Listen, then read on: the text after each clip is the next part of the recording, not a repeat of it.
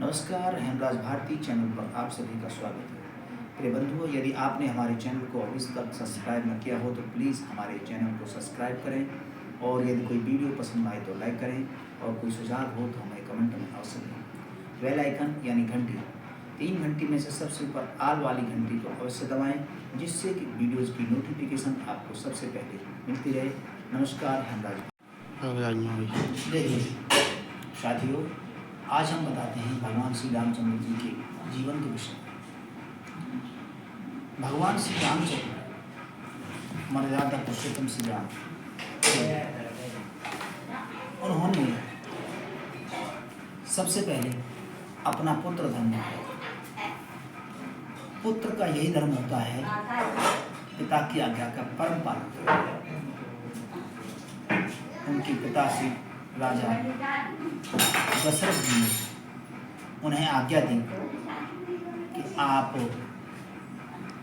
किसी कारणवश ऐसा प्रारब्ध बना तो उनको 14 वर्ष के लिए वन में जाना पड़ा। उक्त विषय पर उन्होंने जरा भी घृणा न की और अपना राजसी वेशभूषा, सुख सुविधा, भोजन पानी को त्याग कर तत्काल वैरागी के भेष में वन को गमन किया। इससे हमें ये प्रेरणा मिलती है कि हमें अपने पुत्र धर्म का बड़ी सहनशीलता से पालन करना चाहिए। ये बंधुओं, आजकल जो है बच्चे माँ बाप का कहना ही नहीं मानते। 10 बार बोलो, 1 बार सुनेंगे और 1 बार सुन के भी इस कान से सुन के उस कान में निकाल देंगे। तो ये आजकल के पुत्र और पुत्री नहीं है, ये कुपुत्र और कुपुत्रियाँ हैं। मैं स्पष्ट बोल रहा हूँ, आपके हों या हमारे हों। और जो बच्चे सही समय पर अपना सही काम नहीं करते हैं, जिंदगी भर वो पछताते रहते हैं। जैसे कुछ बच्चों को तो निर्देशन नहीं मिल पाता है कि आज के बाद हमें क्या करना चाहिए, लेकिन कुछ बच्चे निर्देशन मिलने के बावजूद भी अपने सही मार्ग पर नहीं चल पाते, तो उनको परमात्मा भी माफ नहीं करता है। साथियों, प्रिय बच्चों, मैं यही कहना चाहता हूँ, अभी आपके पास समय है, उस समय का आप सदुपयोग करें, ना कि व्यर्थ गंवाएं। सुबह समय से जगें, शाम को समय से सोएं, अपना कुल्ला दातन करके कठोर व्यायाम करें और फिर अपना बाल भोग नाश्ता करके अपनी जो प्रतिदिन का जो शेड्यूल है उस हिसाब से अपनी क्रियाकलाप करते रहें। यज्ञ करें, हवन करें, भजन करें, जो भी आपकी विधि है, और माँ बाप का सम्मान करें, बुजुर्गों का आज्ञा का पालन करें, निर्दोष को न सताएं, असहाय की सहायता करें और अपना जो बहुमूल्य समय है उसको विद्याधन में लगाएं, ना कि सोने में, इधर उधर घूमने फिरने में। साथियों, जैसे बोलते ना, 10वीं क्लास के बाद और करीब 5-7 साल बच्चा घनिष्ठ मेहनत कर ले तो फिर उसको जीवन में कभी मेहनत करने की आवश्यकता नहीं होगी। वो इसी मेहनत में सफल हो जाएगा किसी न किसी क्षेत्र में, जिसमें उसका लक होगा और उसकी दिलचस्पी होगी। बंधुओं, यदि आप इस अमूल्य समय को, बहुमूल्य समय को व्यर्थ गंवा दोगे तो जिंदगी भर हमेशा भटकते रहोगे। ना तो आपको कहीं सही जगह पे कोई व्यापार मिलेगा, न कोई बिजनेस मिलेगी, ना उत्तम संस्कार मिलेंगे, संस्कार विहीन हो जाएंगे। विद्यालयों में पढ़ाई तो है, मानता हूँ बस बात को, लेकिन शिक्षा, नैतिक शिक्षा और आध्यात्मिक जीवन में आने वाली उपयोगी बातें ये सब नहीं मिलेंगी। बंधुओं, मेरा आप सभी से करबद्ध निवेदन है कि आप अपने बच्चों को सही समय पर सही ज्ञान दें। ये भी एक माता पिता की जिम्मेदारी होती है। और बच्चों से भी करबद्ध निवेदन है कि जो माता पिता आपको जो निर्देशन दे रहे हैं सही, उसको तत्काल धारण करें और उसी प्रक्रिया में अपने आप को ढालने का कष्ट करें। आजकल देख रहे हैं युवतियां अनेक प्रकार की बहकावे फुसलाने में आने पर उनके दुर्व्यवहार हो जाते हैं, अपघात हो जाते हैं, मर्डर हो जाते हैं एक दूसरे के। जरूरी थोड़ी है कि लड़की मरे, लड़के भी मर जाते हैं धोखे में। तो ऐसी इन सब बातों से बचना। जहाँ तक है मेरा कहने का मतलब कि माँ बाप को ज्ञान होता है, जैसे गुरु को ज्ञान होता है, वैसे सबसे पहले गुरु हमारी माता और पिता है।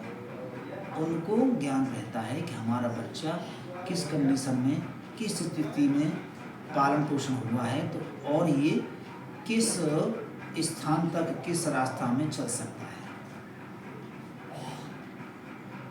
तो वो जैसे एक अध्यापक अपने विद्यार्थी का पता रहता है कि ये किस विषय में होशियार है, ये किस विषय में सक्सेस हो सकता है। इसी प्रकार गुरु से भी ज़्यादा अपने माता पिता को अपने बच्चे का पता रहता है कि हमारे बच्चे का कैसा स्वभाव है, चिड़चिड़ा है, खाना क्या खाता है, कब सोता है, कब पीता है, और ये किस विषय में इसकी दिलचस्पी और क्या करना चाहता है, किस में सक्सेस हो सकता है। तो साथियों, मेरा कहने का मतलब यह है बच्चों, आप सभी अपने माता पिता का कहना मानें और समय का सही सदुपयोग करें और धर्म ग्रंथ वेद शास्त्र पढ़ते रहें। और मेरा कहने का मतलब यह है कि चारों वेद अवश्य पढ़ें, नित्य प्रति हवन करते रहें, जितना हो सके शीघ्र अतिशीघ्र।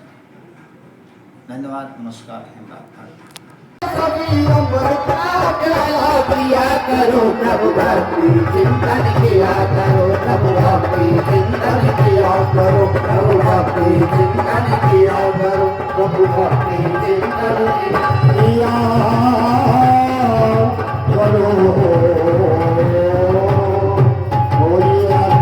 भगवान की जय। सम्मानित बहन भाइयों, कल मैंने जिस वेद मंत्र पर चर्चा की थी वो अधूरी रह गई थी।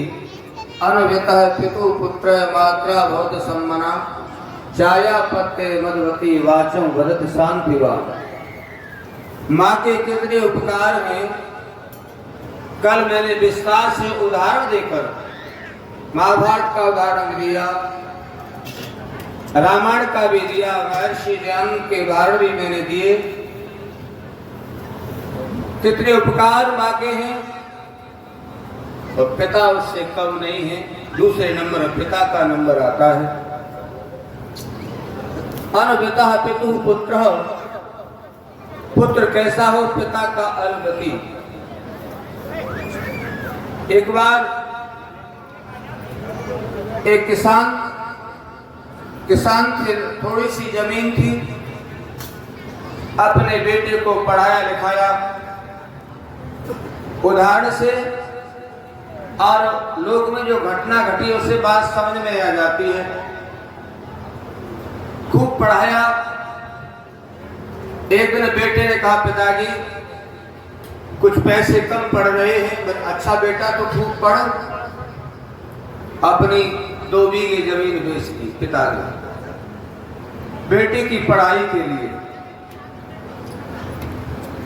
बेटा पढ़ता गया, भगवान की कृपा हुई, बेटा जिलाधिकारी बन गया और कहीं दूर देश में जाकर नियुक्ति हो गई। माता पिता से आशीर्वाद लिया। माता पिता को कहा कि आपके सारे दुख दूर होंगे, आपके आशीर्वाद से मुझे अच्छा एक अधिकार मिल गया है, अच्छा जॉब मिल गया है। बेटा चला जाता है अपनी ड्यूटी पर।